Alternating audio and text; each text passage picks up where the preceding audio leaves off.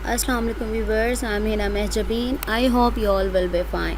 आज मैं आपके साथ शेयर करने वाली हूँ डिफरेंट सब्जेक्ट्स के वीयू के पास पेपर्स जो कि हैं डिफरेंट सब्जेक्ट्स के। आप लोगों की रिक्वेस्ट आई थी, उसी रिक्वेस्ट के अकॉर्डिंग मैं ये पास पेपर्स प्रोवाइड कर रही हूँ। इसके साथ साथ मैं आप लोगों को गाइडलाइंस भी प्रोवाइड करूँगी किस तरीके से आप लोग बेस्ट वे में इन पास पेपर्स को यूज़ कर सकते हैं अपने एग्ज़ाम की प्रिपरेशन के लिए, ठीक है, ताकि इंपॉर्टेंट टॉपिक भी आपके स्किप ना हो और टाइम भी वेस्ट ना हो। ओके जी, शेयरिंग स्टार्ट है यानी बताने से पहले या गाइडलाइंस देने से पहले अगर आप मेरे चैनल पर न्यू हैं तो प्लीज़ मेरे चैनल को सब्सक्राइब कर दें, बेल आइकन को ज़रूर क्लिक कीजिएगा ताकि अगर आपकी रिक्वेस्ट आती है कोई पास पेपर्स के लिए तो मैं नेक्स्ट अपकमिंग जो हमारी वीडियोस होती हैं उनमें वो पेपर्स अपलोड करती हूँ। तो आप लोग अगर बेल आइकन को सब्सक्राइब करके बेल आइकन को क्लिक नहीं करते तो उसका नोटिफिकेशन नहीं पहुँचता आप तक, फिर आप वही चीज़ मुझसे बार बार कह रहे होते हैं कि ये भी अपलोड कर दें, ठीक है। और डिस्क्रिप्शन बॉक्स ज़रूर देखा करें ताकि पता चले कि कौन से पेपर्स मैं अपलोड कर चुकी हूँ। ओके जी, लाइक भी कीजिएगा, शेयर भी कीजिएगा। Okay, let's start. चलें जी, हम गाइडलाइन से स्टार्ट करते हैं। बाद में पेपर्स दिखाऊंगी कि कौन से पेपर्स प्रोवाइड करें, ठीक है। तो गाइडलाइंस प्रोवाइड करूंगी, ये कोई किसी ने कही नहीं है, ये मेरी अपनी है, यानी कह लें एक्सपीरियंस मैं आप लोगों के साथ शेयर करती हूँ कि किस तरीके से आप लोग अपना टाइम वेस्ट किए बगैर अपने पेपर्स की प्रिपरेशन कर सकते हैं और इम्पॉर्टेंट जो टॉपिक्स हैं वो कवर कर सकते हैं, ठीक है। तो मैं तो न्यू थी तो मुझे तो ज़्यादा टाइम, कहते हैं ना, टाइम वक्त के साथ साथ इंसान को पता चलता जाता है, यानी मैच्योर होता जाता है। इसी तरीके से मुझे भी पता चलता गया किस तरीके से ये मैंने खुद जो टू मेथड्स बताऊंगी आप किस तरीके से इसको यूज़ कर सकते हैं। ये मैं खुद ऐसे यूज़ करती थी और अपने पेपर की प्रिपरेशन करती थी। फर्स्ट टू जो सेमेस्टर से उसमें तो मुझे कुछ पता ही नहीं चला कि ऐसे भी करूँ तो मुझसे इजीली हो जाएगी प्रिपरेशन, ठीक है। तो क्या करेंगे, अच्छा ये बताने गाइडलाइंस देने से पहले मैं आपको बता दूं, आप पास पेपर्स जब भी किसी भी क्लास के, किसी भी यूनिवर्सिटी के हों, जूनियर क्लासेस के हों, मैट्रिक लेवल, इंटर लेवल, कुछ भी हों, जब तक आप लोग अपनी बुक्स स्टडी नहीं करते या फिर हमारे तो ऑनलाइन है तो हमारे वीडियो लेक्चर्स होते हैं या वीडियो लेक्चर्स नहीं सुनते या हैंड जो आपको कंसल्ट किए जाते हैं, जो प्रोवाइड किए जाते हैं वो नहीं पढ़ते, कंसेप्ट नहीं लेते, तो ये जो पास पेपर्स है किसी भी क्लास में, ये पास पेपर किसी काम के नहीं होते। अगर आप चाहते हैं कि सही मानों में आप डिग्री लें, यानी आपको आता जाता भी हो, ये नहीं कि आपने डिग्री ले ली और आपको कुछ आता जाता भी नहीं है, ठीक है, इससे रिलेटेड कुछ नहीं पता, बस वही क्वेश्चंस पता है, वो भी रट्टा लगा हुआ है जो आपने याद किए थे पास पेपर से, अदरवाइज़ नहीं पता। आजकल यही कॉन्सेप्ट बना हुआ है ना, क्या करते हैं कि बुक्स पढ़ते नहीं हैं, लास्ट में क्या करते हैं पास पेपर्स, जूनियर क्लासेस में यही है कि फ़ाइनल टर्म जो आने वाली होती है तो 2-3 महीने पहले जो पास पेपर्स उठाकर शुरू हो जाते हैं। पूरा साल कुछ नहीं पढ़ा भाई, हम 2-3 महीनों में तैयारी कर लेंगे, ठीक है। वीयू का भी यही है, अगर आप लेक्चर वगैरह नहीं सुनेंगे, आप लोगों के कंसेप्ट नहीं होंगे, हो सकता है बहुत सारे लेक्चर्स ऐसे भी हों जिसमें थेरी टाइप हों।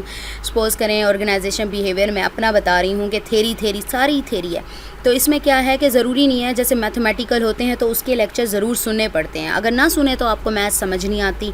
हाँ, थेरी का बता रही थी, थेरी के कुछ सब्जेक्ट्स ऐसे होते हैं कि कुछ लेक्चर सुनने के बाद आपको ऐसा फ़ील होता है कि मैं अगर इसके लेक्चर्स ना भी सुनूँ, सपोज़ करें मैंने 2-3 सुन लिए, 5-6 सुन लिए, उसके बाद कि हमारा प्रोफेसर है वो भी तकरीबन यही बता रहा होता है जो हमारे हैंड आउट्स में है, आपने फ़ील किया, रियलाइज़ किया ये, ठीक है। तो आप क्या कर सकते हैं, इसके लेक्चर ना सुने बेशक, लेकिन उसके जो हैंड आउट्स हैं वो ज़रूर स्टडी करें, उसका कॉन्सेप्ट लें। हाँ, अगर कुछ समझ नहीं आता आप उसका लेक्चर सुन लें जो आपको प्रोवाइडेड वीयू करती है, या फिर भी समझ नहीं आता हो, इंटरनेट है हमारा, गूगल मास्टर है, तो उस पर आप सर्च करें और वहाँ से स्टडी कर लें आप लोग, ठीक है।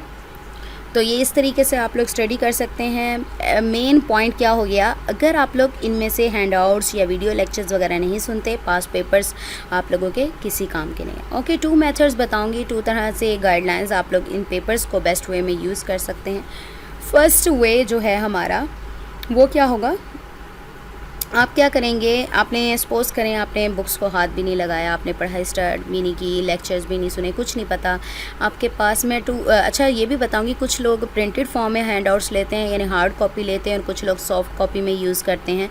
सपोज़ करें जैसे मैं पीसी पर बैठी हूँ, कोई भी हैंड आउट्स ओपन करके मैं पढ़ना स्टार्ट कर दूँ, ये सॉफ्ट कॉपी होगी हमारी, ऐसे स्टडी कर लेते हैं। कुछ हार्ड कॉपी में यानी प्रिंटेड फॉर्म में अपने हैंड आउट्स प्रिंट करवाते हैं, फिर उस पर स्टडी करते हैं, ठीक है।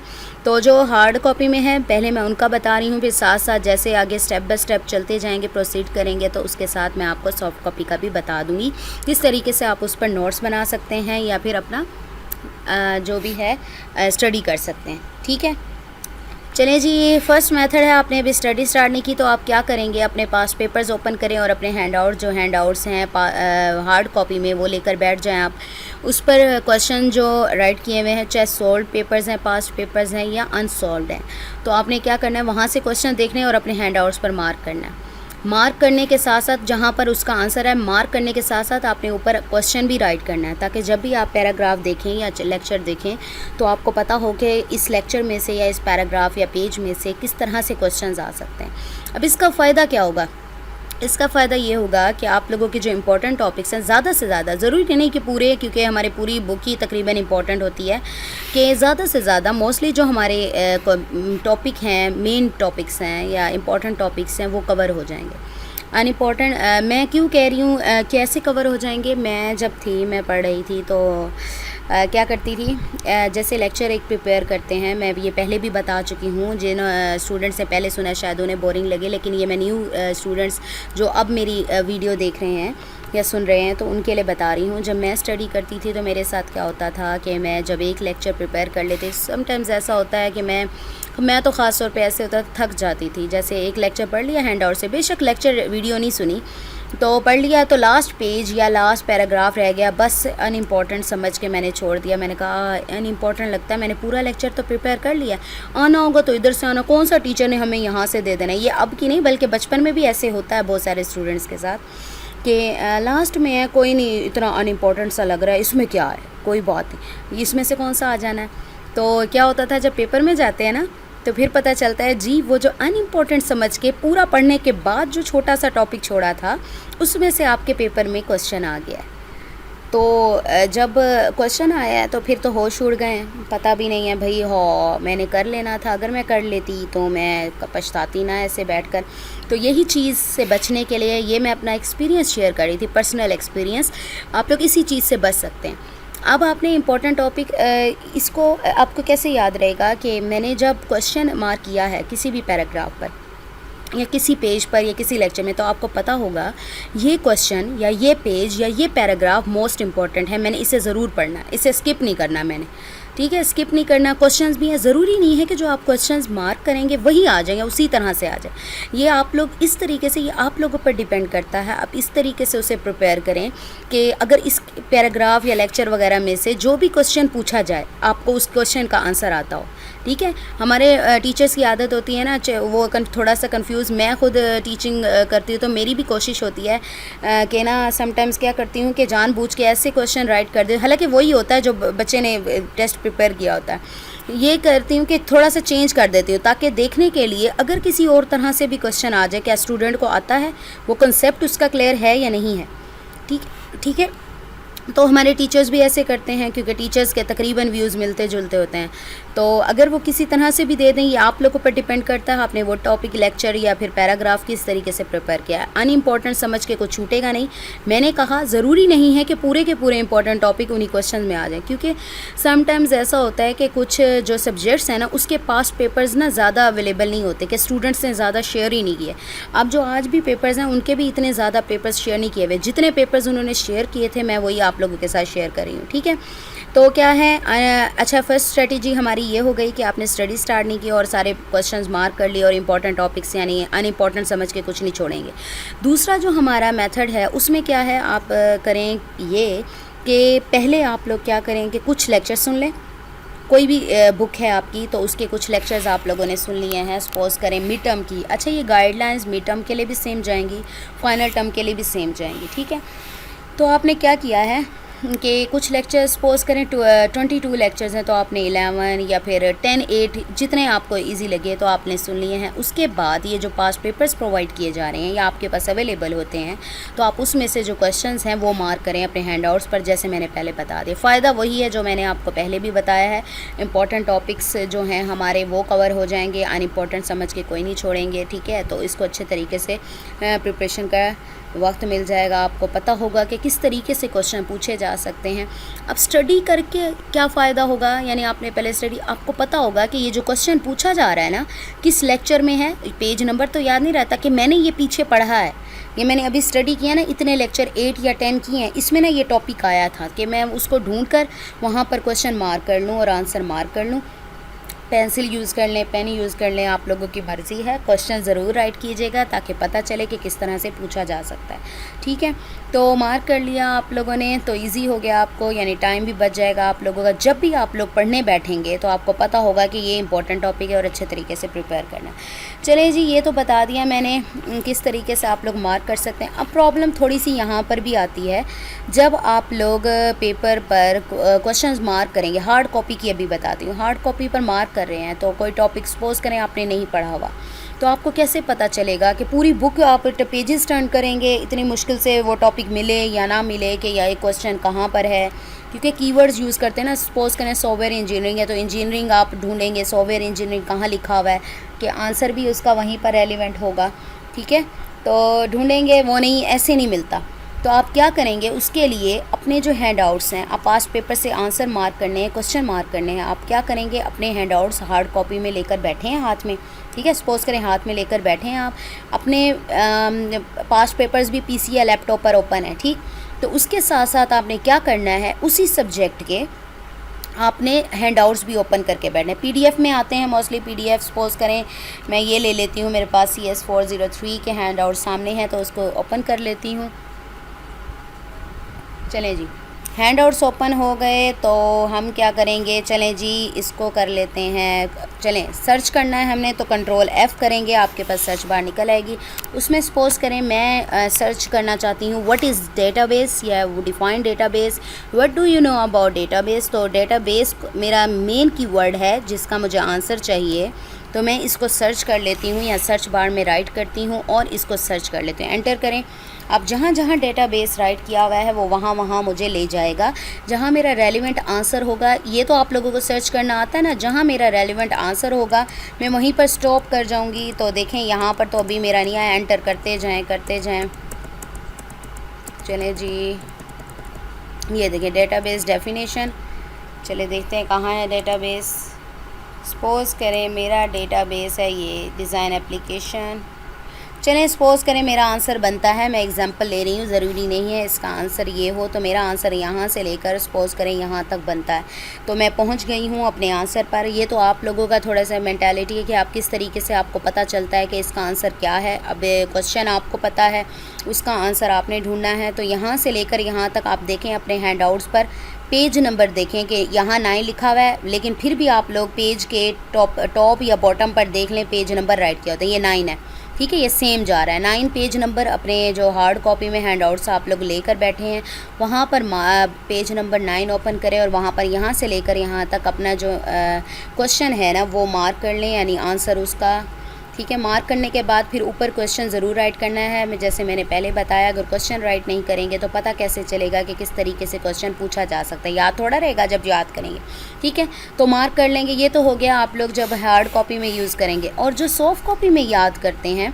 यानी वो जैसे मैं पीसी में ये ओपन करके बैठी हूँ अपने हैंड आउट्स, तो इस तरह से स्टडी करते हैं, वो किस तरीके से अपने नोट्स बना सकते हैं या ऐसे क्वेश्चन जो पास्ट पेपर्स के हैं वो मार्क कर सकते हैं। उन्होंने क्या करना है, आप यहाँ देख लें पीडीएफ में ही 2 फंक्शंस आते हैं, टूल्स हैं, ये टूल टिप करती हूँ, यहाँ पर राइट किया हुआ आ जाएगा।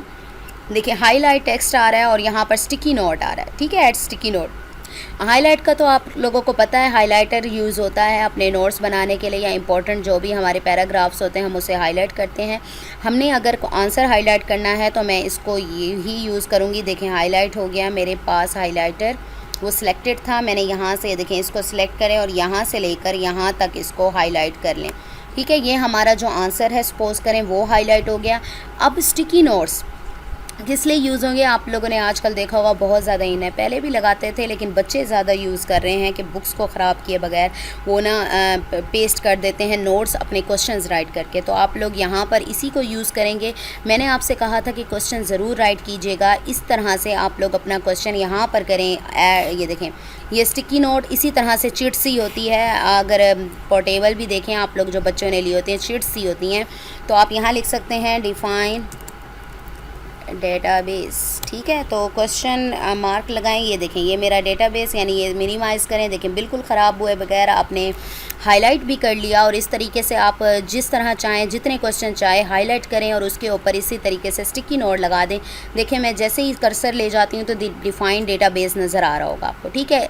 नहीं तो आप इसको क्लिक करेंगे तो आपके पास ये नोट निकल आएगा और इसमें जो भी क्वेश्चन आपने राइट किया होगा वो विजिबल हो जाएगा, ठीक है। इस तरह से नोट्स बना सकते हैं, ज़रूरी नहीं है इसी सब्जेक्ट का हो, हर सब्जेक्ट का कर सकते हैं, कोई भी क्वेश्चन हो। तो ये क्या होगा, आप टाइम वेस्ट किए बगैर, बजाय इसके कि आप बार बार पेजेस टर्न करें हार्ड कॉपी में या फिर आप लोग जो सॉफ्ट कॉपी में याद कर रहे हैं, लर्न कर रहे हैं, तो उनके लिए भी ईजी हो जाएगा। याद रखिएगा जब आप इस तरीके से हाईलाइट वगैरह करते हैं उसके बाद सेव करना मत भूलिएगा। अगर आप अपने हैंडआउट्स को यानी जो आपने चेंजेस वगैरह किए हैं, आपको पता है ना जैसे वर्ड में चेंज करते हैं तो उसको सेव करना पड़ता है, तो इसमें भी आपने क्या करना है, सेव एज़ या सेव एज़ कर लें या सेव में चले जाएं। आप इसको हैंडआउट्स को जो चेंजिंग किए हैं आप उसको सेव करें, फिर निकल आएगा वो डेस्टिनेशन वगैरह। मेरे तो हैंडआउट्स हैं, मैं तो कैंसिल करी हूँ, आपने जैसे सेव करना है वैसे सेव कर लें, ठीक है। चले मैं आपको दिखा देती हूँ कि आपको आज कौन से पेपर्स चलें जी, मैं आपको बता देती हूँ कि आज मैं कौन से पेपर्स आप लोगों को प्रोवाइड करने वाली हूँ। अच्छा जी, एक और बात, ये 5 पेपर्स मैंने डिफरेंट वेबसाइट से, डिफरेंट ब्लॉग्स से कलेक्ट किए हैं और इसमें बहुत सारे सब्जेक्ट ऐसे भी हैं जिसके ज़्यादा पेपर्स अवेलेबल थे और कुछ सब्जेक्ट्स ऐसे भी हैं जिसके ज़्यादा जो मटेरियल है वो अवेलेबल नहीं था। लेकिन मुझे रिक्वेस्ट आई थी, मुझे चाहे 1 पेपर मिला, 2 पेपर या ज़्यादा जितने पेपर्स मिले मैं वो आप लोगों के साथ शेयर कर रही हूँ और लिंक्स भी प्रोवाइड कर रही हूँ। ईमेल आईडी भी दूंगी ताकि आप लोग अगर कोई प्रॉब्लम है या कोई आइडिया सॉल्यूशन चाहते हैं तो आप लोग ईमेल कर सकते हैं। ओके, लेट्स सी, आज मैं आपको प्रोवाइड करने वाली हूँ बायो 502 के फाइनल टर्म पास पेपर्स हैं, BT 504 के हैं, BT 605 के फाइनल टर्म पेपर्स हैं, MGMT 630 इसकी मुझे रिक्वेस्ट आई थी, इसके अकॉर्डिंग ही मैं अपलोड कर रही हूँ। जितने पेपर्स अवेलेबल थे वो प्रोवाइड कर रही हूँ। जू 510 के फाइनल टर्म पास पेपर्स हैं। इसके साथ साथ आपका आज हमारा पार्ट है पार्ट नंबर 24। पार्ट नंबर 1 से पार्ट नंबर 23 तक मैं आप लोगों को जो प्रोवाइड कर चुकी हूँ तो उसके लिंक्स प्रोवाइड कर रही हूँ। देखिए part number 1, 2, 3, 2 and part number आपको दिखा देती हूँ। यहाँ इतना प्रोमिनेंट नहीं हो रहा होगा, मैं आपको लिंक्स जहाँ पर मैंने दिए हैं वहाँ दिखा देती, ठीक है। पार्ट नंबर 23 तक तो मैं आपको दिखा दूँ कि आप लोग किस तरीके से इन पेपर्स को एक्सेस कर सकते हैं जब आप वीडियो लिंक ओपन करेंगे तो। अच्छा जी, ये जो पार्ट है, ठीक है, किसी भी वीडियो का, इसे कहते हैं डिस्क्रिप्शन बॉक्स, किसी भी वीडियो का। तो डिस्क्रिप्शन बॉक्स में जो भी वीडियो आप लोग देखते हैं तो उसकी जो इन्फॉर्मेशन होती है वो इसी डिस्क्रिप्शन बॉक्स में प्रोवाइडेड होती है, यानी ईमेल आईडी हो जाए या कोई भी इस वीडियो से रिलेटेड डेटा हो या आप को वीडियो वाला जो भी यूट्यूबर या वीडियो बताने वाला वो बता रहा होता है, तो डिस्क्रिप्शन बॉक्स में ये मैं उन लोगों के लिए बता रही हूँ डिस्क्रिप्शन बॉक्स का जो न्यू है और उन्हें पता नहीं होता। यहाँ तक कि मैं भी थी तो मुझे भी नहीं पता होता था डिस्क्रिप्शन बॉक्स कर रहे हैं और वो है कहाँ, ठीक है। तो ये होता है डिस्क्रिप्शन बॉक्स, मैंने भी इसी में प्रोवाइड किए हैं लिंक्स। तो आपने क्या करना है, आपको नज़र आएगा यहाँ पर शो मोर का टैब कह लें या मेन्यू नज़र आएगा, आपने इसको क्लिक करना है तो आपके पास आ जाएंगे लिंक्स।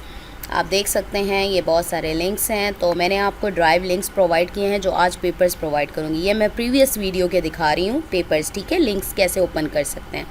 चलें जी, ये आपके पास लिंक्स हैं, आपके पास ड्राइव्स के लिंक्स हैं और मैंने आपको बताया था आज हमारा पार्ट नंबर 24 है। तो पार्ट नंबर 1 to 23 तक मैंने आप लोगों को डिस्क्रिप्शन बॉक्स में लिंक्स प्रोवाइड किए और आप देख सकते हैं कि देखें ब्रैकेट्स में मैंने आपको पास्ट पेपर्स के जो कोड्स हैं ना वो भी प्रोवाइड किए हैं। किस लिए प्रोवाइड किए हैं कि आप रेलिवेंट अपना सब्जेक्ट देखें इसमें, और इसमें से जो भी लिंक होगा, जिस लिंक में आपके सब्जेक्ट रिलेटेड जो पास्ट पेपर्स है वो है, आप उसको क्लिक करें और एक्सेस कर लें। देखें कोड्स रिटर्न है, आप इसको देखकर अपनी रेलिवेंट वीडियो देख सकते हैं और गाइडलाइंस भी प्रोवाइड किए हुए हैं और पास पेपर्स भी प्रोवाइड किए हुए हैं। इसके एंड में देखें आप, मैं दिखा दूं, मैंने आपको बताया था कि मैं ईमेल आईडी भी प्रोवाइड करती हूं। अगर आपको किसी क्विज़ का, किसी असाइनमेंट, किसी जीडीबी का आइडिया सॉल्यूशन चाहिए तो आप लोग मुझे ईमेल कर सकते हैं royalacademyofscience@gmail.com पर। लेकिन याद रखिएगा कि आप लोगों ने मुझे ज़्यादा ठीक है 4 to 5 डेज़ नहीं तो 3 to 4 days before the last date, यानी असाइनमेंट की लास्ट डेट से 3 से 4 दिन पहले ये एटलीस्ट बता रही हूँ। अच्छा यही है कि जब आपकी अपलोड होती है असाइनमेंट यानी question file, complete question file आप मुझे ईमेल कर सकते हैं। मैं उसके अकॉर्डिंग यानी प्रायोरिटी जितने ज़्यादा डिमांड होगी उसके अकॉर्डिंग आप लोगों को आइडिया सोल्यूशन प्रोवाइड करूँगी, ठीक है। ओके जी, वो मेरा ही आइडिया सोल्यूशन होगा, मैं अपनी रिसर्च बेस पर प्रोवाइड करूँगी। इसके साथ साथ याद रखिएगा कि आपने ये नहीं करना कि आप मुझे रात को 10 बजे कह रहे हैं या फिर आज ही सपोज़ करें किसी असाइनमेंट की लास्ट डेट है और प्लीज़ अपलोड कर दें आइडिया सोल्यूशन, और आज लास्ट डेट है तो फिर उसका आइडिया भी वैसा ही होगा कि इतना ज़्यादा टाइम नहीं होता। तो आपको पता है ना जल्दी में कैसा काम होता है तो करेक्ट नहीं होता, ठीक है। तो चलें देखें, ड्राइव लिंक आपको गिवन है। आपने क्या करना है, या तो राइट क्लिक करके इसे ओपन इन न्यू टैब कर लें या फिर इसी के ऊपर क्लिक कर दें आप लोग, तो आपको ले जाएगा मेरी ड्राइव में। याद रखिएगा आप अपने जीमेल अकाउंट में लॉगिन होंगे तो तभी जाकर आप लोग इन पेपर्स को एक्सेस कर सकेंगे, क्योंकि देखिए मैं अकाउंट में लॉगिन हूँ तो मैं इसको एक्सेस कर रही हूँ, ठीक है। अगर आप चाहते हैं कि ये जो सारे पेपर्स प्रोवाइडेड हैं तो आप इसको एक्सेस कर लें, तो आपको नज़र आ रहा होगा यहाँ पर डाउन एरो। तो आपने क्या करना है, इस डाउन एरो को क्लिक करना है और यहाँ पर डाउनलोड का मेन्यू आएगा, वहाँ क्लिक कर दें और ज़िप फाइल आपकी डाउनलोड होना स्टार्ट हो जाएगी। मैं यहाँ पर डाउनलोड नहीं करी बिकॉज़ मेरे पास ऑलरेडी मेरे पेड लैपटॉप पर भी और मेरे ये गूगल ड्राइव में भी बहुत सारे पेपर्स हैं, ऑलरेडी यही पेपर मौजूद है तो कैंसिल कर रही हूँ। बाकी तो आप लोगों को पता है जब डाउनलोड होगा आपसे मांगेगा डेस्टिनेशन कि आप लोग कहाँ पर इन पेपर्स को डाउनलोड करना चाहते हैं, तो आप वो डेस्टिनेशन देंगे। आई थिंक यूट्यूब को इतना ज़्यादा यूज़ करने वालों को तो ये तो पता है ना कि कैसे डाउनलोड करते हैं, ठीक है। तो मेरा बेसिक पर्पस था कि यहाँ से किस तरीके से आप लोग डाउनलोड कर सकते हैं। ओके जी, ये तो मैंने बताया कि आप ज़्यादा पेपर यानी सारे के सारे पेपर ऑल टुगेदर इकट्ठे कैसे आप लोग डाउनलोड कर सकते हैं। अगर आप चाहते हैं कि सपोज़ करें कोई एक पेपर अभी मैं डाउनलोड कर लेती हूँ और बाकी जो पेपर्स हैं ना वो मैं बाद में डाउनलोड करूँगी, तो आपने क्या करना है, तो सिर्फ इंडिविजुअल किसी पेपर पर राइट क्लिक करें जो आप चाहती हैं, आपका रिक्वायर्ड पेपर है कि आपने इसको डाउनलोड करना है, राइट क्लिक करें और सेम वही प्रोसेस के डाउनलोड का जो मेन्यू है वो क्लिक करेंगे और डाउनलोडिंग स्टार्ट हो जाएंगी, डेस्टिनेशन वगैरह देंगे। ओके जी, मैंने तो पेपर्स प्रोवाइड कर दिए। इसके साथ साथ आपको जो लिंक्स प्रोवाइड किए हैं, आप किसे सपोज़ करें आपका ये जो लिंक है STA301 CS101 CS201, तो आप इस लिंक को क्लिक करेंगे तो आपकी जो वीडियो है रेलिवेंट वो निकल आएगी। देखें पार्ट 1 पर चले गए और हमारे जो इसमें पेपर्स हैं वो भी आ गए, ठीक है। इसी तरीके से आई होप आप लोगों की बहुत ज़्यादा हेल्प हो जाएगी इससे। मैंने कोशिश की है कि आप लोगों की हेल्प की जाए। आप लोग ये इतनी देर लगाएंगे कि ये जो पास्ट पेपर्स हैं आप लोग बैठेंगे और ढूंढेंगे, मुझे भी बहुत ज़्यादा टाइम लग जाता है इन पेपर्स को सर्च करने पे। तो आप लोगों का ये टाइम जो सर्चिंग वाला टाइम है ना, और बहुत सारे न्यू स्टूडेंट्स को ये भी नहीं पता कि कहाँ से लेने हैं और किस किस वेबसाइट पर अवेलेबल हैं ये पेपर्स, तो मैंने ये टाइम वेस्ट होने से बचाने के लिए ये पेपर्स अपलोड किए हैं। दूसरा ये है कि आप लोगों को गाइडलाइंस भी प्रोवाइड कर दी हैं किस तरीके से आप बेस्ट वे में इन पास्ट पेपर्स को यूज़ कर सकते हैं, ठीक है।